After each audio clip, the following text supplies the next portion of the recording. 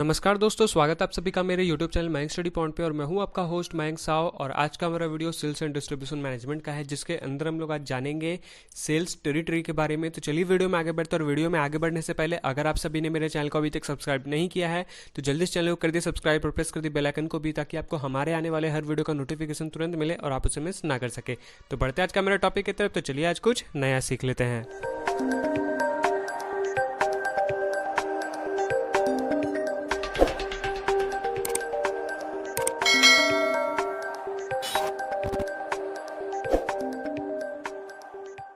दोस्तों, वीडियो शुरू करने से पहले हम लोग आज के वीडियो के बारे में जानेंगे कि आज का हमारा टॉपिक क्या क्या होगा। तो जिसमें हम लोग जानेंगे सेल्स टेरिटरी का मीनिंग, उसका इंट्रोडक्शन, उसका कैरेक्टरिस्टिक्स, साइज फैक्टर्स और ऑब्जेक्टिव।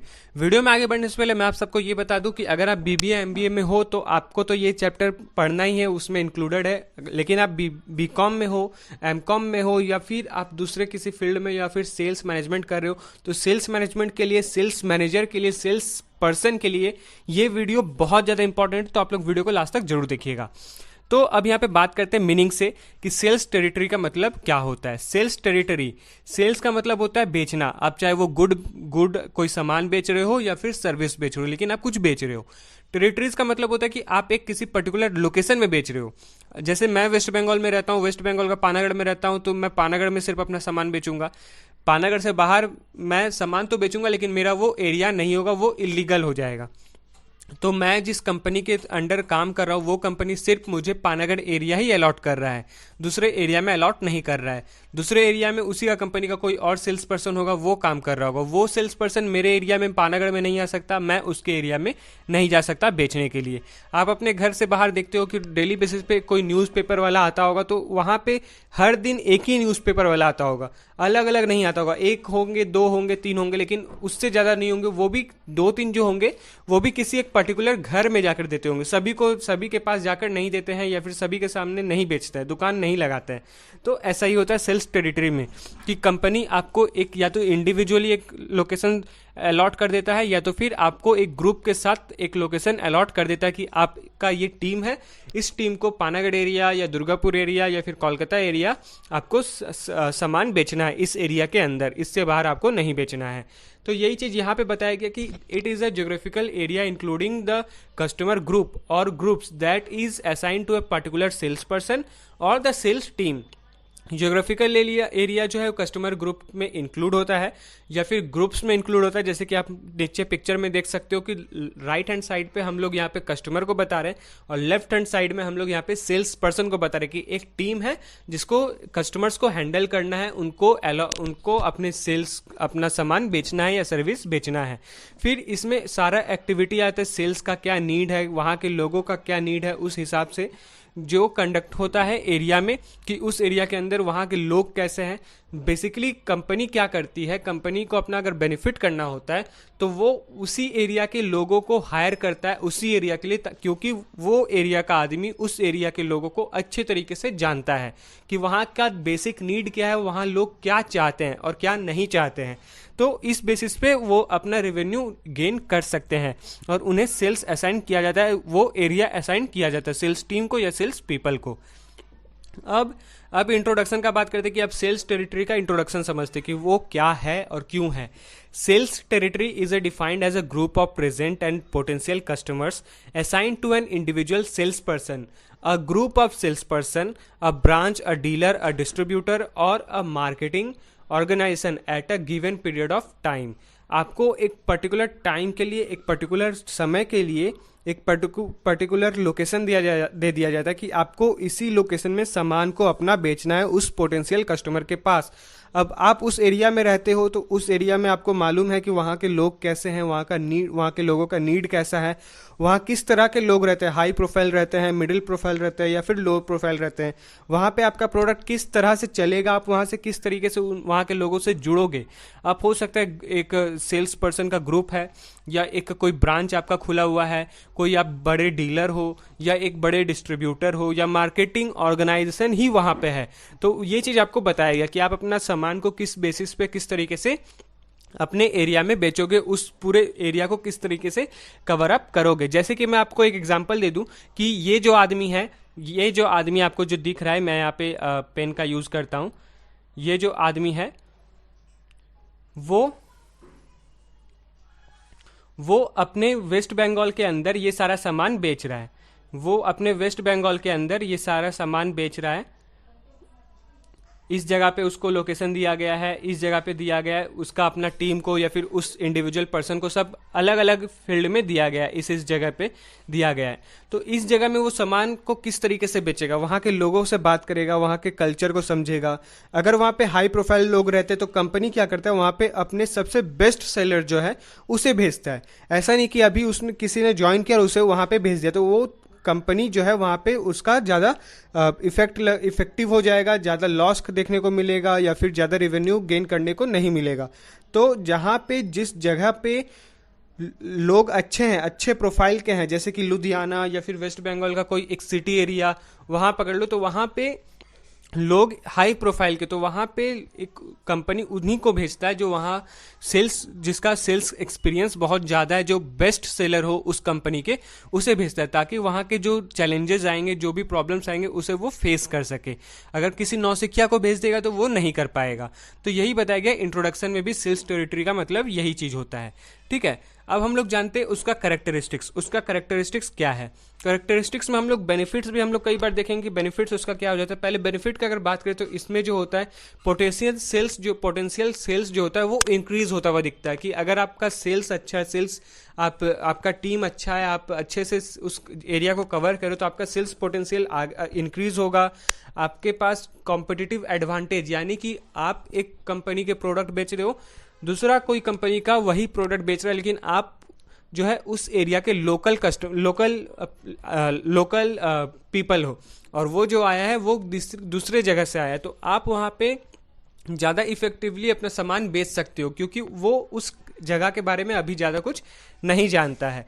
तो वहाँ पे कॉम्पिटिटिव भी इंक्रीज होता है, एडवांटेजेस इंक्रीज होता है। वहाँ पे कॉस्ट ऑफ सेल भी डिक्रीज होता है। कॉस्ट ऑफ सेल डिक्रीज कैसे होता है कि अगर आप उस एरिया में नए हो तो आपको आने जाने का भाड़ा, ट्रैवलिंग का खर्चा, रहने का खर्चा, हर चीज़ का खर्चा आपको देखने को मिलेगा। तो कंपनी वो चीज़ देगा तो कंपनी को एक सामान ज़्यादा प्राइस पे मिलेगा। तो यही सारा चीज़ हो जाता है कि वहाँ पे अगर आप उसी लोकल एरिया के लोग हैं और उसी लोकल एरिया में आप सामान सेल करें उस कंपनी का, तो आपका कॉस्ट ऑफ सेल भी कम पड़ेगा। यहाँ पे फिर एक और चीज़ हम लोग देखने को मिलता है, सेल्स फोर्स का इंक्रीजमेंट, जो सेटिस्फैक्शन होता है कि हाँ मैं इस एरिया को जानता हूँ तो आपको यहाँ पे सेटिस्फैक्शन मिलेगा। लेकिन मुझे अगर कह दिया जाएगा कि मयंक जाओ तुम दिल्ली में अपना प्रोडक्ट बेचो अपने कंपनी का, तो वहाँ पे मैं सेटिस्फाई नहीं हो पाऊंगा। क्यों? क्योंकि वहाँ के लोगों को मैं नहीं जानता, वहाँ के लोग कैसे हैं, वहाँ के लोग क्या चाहते हैं, क्या करना चाहते हैं, उनका नीड क्या है, उनका वांट क्या है, ये सब नहीं समझ पाएंगे।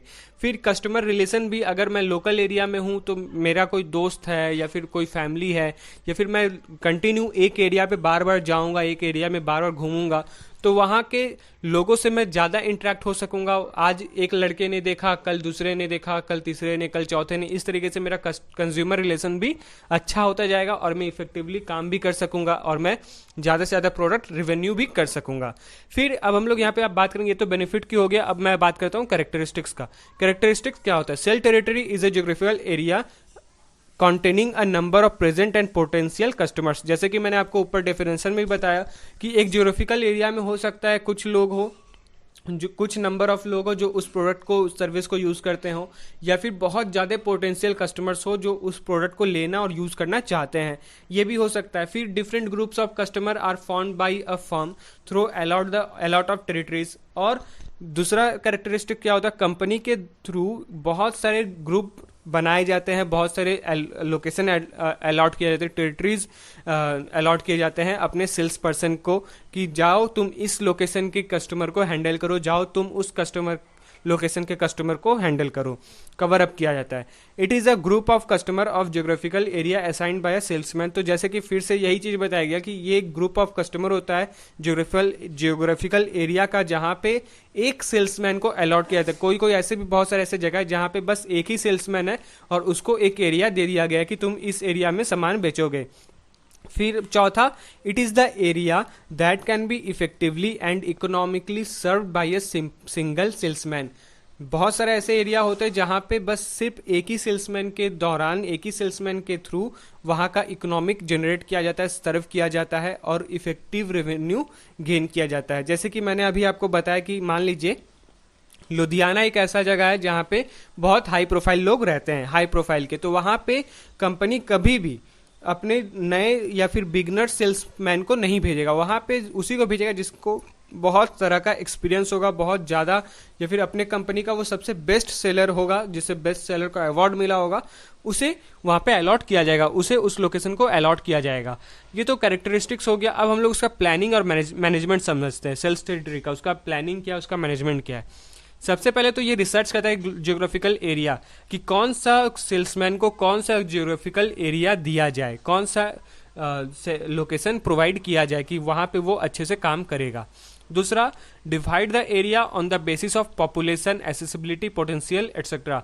फिर उसे डिवाइड किया जाता है कि कहाँ पे कौन से लोकेशन में एक आदमी को अलॉट कर सकते हैं, कहाँ दो, कहाँ टीम, क्योंकि वहाँ पे पॉपुलेशन अगर ज़्यादा हो तो वहाँ पे टीम को दिया जाएगा, अगर वहाँ एसेसिबिलिटी होगा तो टीम को दिया जाएगा, वहाँ पे पोटेंशियल कस्टमर्स होंगे तो वहाँ सिंगल को दिया जाएगा या फिर दो लोग को दिया जाएगा। तो इस तरीके से रिसर्च करके दिया जाता है, डिवाइड किया जाता है। Study of consumer behaviour of the territory. Sales manager के लिए सबसे इंपॉर्टेंट होता है कि वहाँ का कंज्यूमर बिहेवियर को स्टडी करना, उस लोकेशन का कंज्यूमर का क्या बिहेवियर है, किस तरीके से वो रहते हैं, किस तरीके से वो क्या पसंद करते हैं, उसको स्टडी करना, उसको समझना जरूरी है। Assess the revenue potential from the respective territories, और फिर रेवेन्यू पोटेंशियल कस्टमर से किस तरीके से एसेस करेंगे, ये भी उनको रिस्पेक्टिवली समझना पड़ता है कि कौन सा एरिया से कितना रेवेन्यू हम लोग जनरेट कर सकते हैं। Analyse the hurdles that may be present in the territories, फिर उस जगह को एनालाइज करना पड़ता है कि उस जो पर्टिकुलर एरिया है वहाँ पे लोग अभी कितने हैं और बाद में कितने हमारे कस्टमर होने वाले हैं। फोरकास्ट भी जिसे हम लोग कहते हैं। Define the product suitable for the territory, उस लोकेशन में आपको अपने प्रोडक्ट को बहुत ही अच्छे से समझाना पड़ता होगा। अगर कोई नया जगह है, नया प्रोडक्ट है, तो आपको वहाँ पे अपने मार्केट बनाने के लिए आपको अच्छे से वहाँ के लोगों को समझाना हो कि आप ये कर सकते हो, आपको प्रॉफिट, आपको ये बेनिफिट होगा ये इस प्रोडक्ट को यूज़ करके। फिर prove further to find out specific needs and want of the people within the territory. फिर वहाँ पे आप जब फील्ड में वर्क कर रहे होगे तो फील्ड में आपको ये पता चलता है कि वहाँ के लोगों को किस तरीके का नीड है। आपको कुछ सजेशंस भी मिल सकते हैं, एडवाइस भी मिल सकते हैं कि मुझे अगर कंपनी ये तरह का प्रोडक्ट बनाती है, इतने कम प्राइस में बनाती है तो हम लोग लेंगे, या फिर इतने अच्छे प्राइस पे बनाती है तो हम लोग का डिमांड बढ़ेगा, ले सकते हैं। तो ये होता है, ये हर लोकेशन में डिपेंड करता है कि कौन से लोकेशन में कौन सा प्रोडक्ट ज़्यादा बिकता है। ठीक है। फिर आता है prepare a plan for each territory with quotas and task to be accomplished. फिर एक प्लान प्रिपेयर किया जाता है, हर टेरिटरी प्लान किया जाता है कि कौन से लोगों को कौन से तरह का प्रोडक्ट दिया जाएगा, वहाँ का कोटाज क्या है, वहाँ पे किस तरीके का टास्क असाइन किया जाएगा। ऐसा नहीं कि सबको एक सेम टास्क दे दिया जाता है, ऐसा नहीं होता है। सबको अपना एक पर्टिकुलर टास्क दिया जाता है कि तुमको इतना जनरेट करना है, तुमको उतना जनरेट करना है, तुमको उतना करना है। फिर अपॉइंट सेल्स पीपल और sales team for each territory, और हर तरह के टेरिटरी के लिए, हर तरह के लोकेशन के लिए ज़्यादा से ज़्यादा सेल्स पर्सन को, सेल्स टीम को अलॉट किया जाता है। ज़्यादा से ज़्यादा मतलब अच्छा, जो अच्छे हैं सेल्स टीम में, जो अच्छे हैं उनको। फिर monitor and track for the performance each territory, और उनको मॉनिटर करने के लिए, उस जगह उस लोकेशन को ट्रैक करने के लिए एक सेल्स मैनेजर ऑर्गेनाइज किया जाता है कि आप इस पूरा एक लोकेशन में आप कवर अप करोगे, जो आप मिडिल में रहोगे और वहाँ से सभी चीज़ को कवर अप करोगे, सभी लोकेशन को। फिर review sales people performance for each territory, फिर वहाँ के जो रिव्यू लेंगे, वहाँ के जो सेल्स पीपल है वहाँ का परफॉर्मेंस का, उनसे उनका परफॉर्मेंस का रिव्यू लेंगे। आपको आज के फील्ड में काम करके क्या लगा, उस लोकेशन में क्या है, कैसा है, feedback. Avoid overlapping territory because it causes conflict among the sales people, और ओवरलैपिंग टेरिटरी को आपको अवॉइड करना पड़ेगा। अगर आप उसे अवॉइड नहीं करोगे तो फिर आपको उसमें कॉन्फ्लिक्ट देखने को मिलेगा। अब हम लोग बात करते हैं साइज फैक्टर की, कि यहाँ का साइज क्या होता है, सेल्स टेरिटरी में किस तरीके के साइज पे किसे अलॉट किया जाता है। तो सबसे पहले आता है प्रोस्पेक्ट डेंसिटी और the number of prospect in the specified area. Prospect density और the number of in the specified area, कि वहाँ का स्पेसिफाइड एरिया जो है वहाँ के लोग कैसे हैं, वहाँ का प्रोस्पेक्ट क्या है, वहाँ पे कितने तरह के कितने तरह के सेल्स है, कितने तरह का नीड है, किस तरीके का नीड है, वो सब को समझना, वहाँ के साइज़ को समझना कि कितना वहाँ पे रेवेन्यू हम लोग जनरेट कर सकते हैं, the extent of ground to be serviced, फिर वहाँ पे ग्राउंड सर्विस को भी एक्सटेंड करना पड़ता है, पॉसिबल वॉल्यूम ऑफ सेल्स, वहाँ पे सेल्स वॉल्यूम को पॉसिबल रखना पड़ता है, बहुत मुश्किल हो जाता है वैसे। Frequency on visit necessary, her field में आपको विजिट करना पड़ेगा, ये नेसेसरी होता है कि आपको करना ही होगा। Intensity of selling effort required during each call, आपको हर कॉल का इफर्टली जवाब देना होगा, आपको सेलिंग एफर्ट हर कॉल पे रखना होगा कि आपको जब भी कोई भी बुलाए इस प्रोडक्ट के लिए आप उसके लिए रेडी हो। फिर etch with which one can travel within the territory and the mode of transport available, हर तरह का ट्रैवल में आपको हो सकता है हर ट्रांसपोर्ट का खर्चा लगे या फिर वहाँ पे रहने का खर्चा लगे, तो वहाँ कंपनी क्या करती है, जैसे कि मैंने आपको बताया कि कंपनी उस एरिया के ही लोगों को ढूंढे और उसी एरिया को उसे अलॉट करे, तो वो ज़्यादा इजीली होगा, ज़्यादा अच्छा होगा, इकोनॉमिक भी ज़्यादा होगा और खर्च भी कम होगा। क्यों? क्योंकि अगर वहाँ पे कोई बाहर का आदमी आएगा तो उसको रहने का खर्चा देना है, खाने का खर्चा देना है, जाने का खर्चा देना है, तो ये सब होता है। फिर the inventory turnover at the retail level, वहाँ का इन्वेंट्री टर्नओवर जो है वो रिटेल लेवल का होना चाहिए। Whether it is easy to sell the product और difficult as a rule, the smaller the territory the better it is for travelling and the greater the depth of selling effort. Sales people however would like to have a large territory as possible, but smaller territories are serviced intensively. तो जैसे कि मैंने आपको बताया कि जितना छोटा जगह रहेगा उतना अच्छा से सामान बिकेगा और जितना बड़ा एरिया का साइज में जितना बड़ा टेरिटरी होगा उतना डिफिकल्ट होगा सामान को बेचना। तो ये तो साइज फैक्टर हो गया। अब उसका कारण समझते हैं, ऑब्जेक्टिव की सेल्स टेरिटरी बनाने का कारण क्या है या फिर वो किन किन बेसिस पे लेके उसको बनाया गया है। तो पहले तो फैसिलिटेट इफेक्टिव सेल्स प्लानिंग, कि एक sales planning effective sales planning किया गया है। उसके बाद to cover the manage the entire market, पूरे मार्केट को कवर करने के लिए कि आपका प्रोडक्ट हर दुनिया के हर एक कोने में जाना चाहिए। To assign salesman responsibility for a particular territory, हर तरह का रिस्पॉन्सिबिलिटी सेल्समैन के ऊपर होना चाहिए कि वहाँ के उस पर्टिकुलर एरिया से वो कितना रेवेन्यू गेन करवा रहा है या कितना लॉस करवा रहा है, कितने अच्छे से वो काम करवा रहा है। For a better evaluation of a performance of the salesman, वहाँ पे सेल्समैन का बेटर परफॉर्मेंस होना चाहिए। To reduce the selling cost, वहाँ का सेलिंग कॉस्ट कम होना चाहिए, जैसे कि मैंने अभी आपको बताया कैरेक्टरिस्टिक्स में भी डेफिनेशन में भी कि उस एरिया का लोग रहेगा तो कॉस्ट ऑफ सेलिंग कम होगा। To facilitate coordination in the market function, market के अंदर अच्छे से कोऑर्डिनेट कर सके वो, वहाँ का अगर रहेगा लोकल एरिया का रहेगा सेल्समैन तो अच्छे से कोऑर्डिनेट कर सकेगा। To make a marketing research function, वहाँ पे वो मार्केटिंग रिसर्च भी कर सकता है। मार्केटिंग रिसर्च क्या कि वो वहाँ के लोग कैसे हैं, किस तरह के उनका नीड है, ये सब। फिर development of fair competition among all sales person, वहाँ का डेवलपमेंट क्या है, वहाँ का फेयर कंपटीशन क्या है, वहाँ पे वहाँ के लोग किस तरह के प्रोडक्ट्स को और कौन से कंपनी के प्रोडक्ट्स को खरीदते हैं या फिर बेचते हैं, तो ये होता है। फिर to improve the customer relation, वहाँ पे कस्टमर रिलेशन भी अच्छा इम्प्रूव होता है। अगर आप वहाँ लोकल हैं तो आपको वहाँ पे कस्टमर रिलेशन इम्प्रूव करने का मौका मिलता है।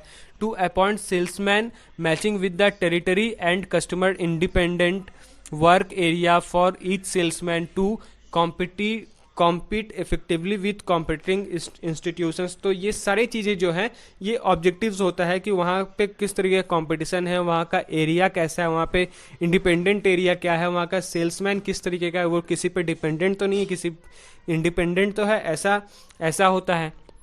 तो ये ऑब्जेक्टिव्स थे सेल्स टेरिटरी के। तो दोस्तों आज के लिए बस इतना ही। उम्मीद करता हूँ कि आप सभी को मेरा वीडियो पसंद आया होगा। तो जाते जाते वीडियो को लाइक करें और अगर आप चैनल पे न्यू हैं तो चैनल को सब्सक्राइब करें और प्रेस करें बेल आइकन को भी, ताकि आपको हमारे आने वाले हर वीडियो का नोटिफिकेशन तुरंत मिले और आप उसे मिस ना करें। तो मिलते हैं हमारे अगले वीडियो पे, तब तक के लिए जुड़े रहें मयंक स्टडी पॉइंट के साथ। वीडियो को पूरा देखने के लिए आपका बहुत बहुत शुक्रिया। अगर आप चैनल को कुछ डोनेट करना चाहते हो तो नीचे मेरा लिंक दिया हुआ है, वहां से आप डोनेट कर सकते हो मयंक साव @paytm से।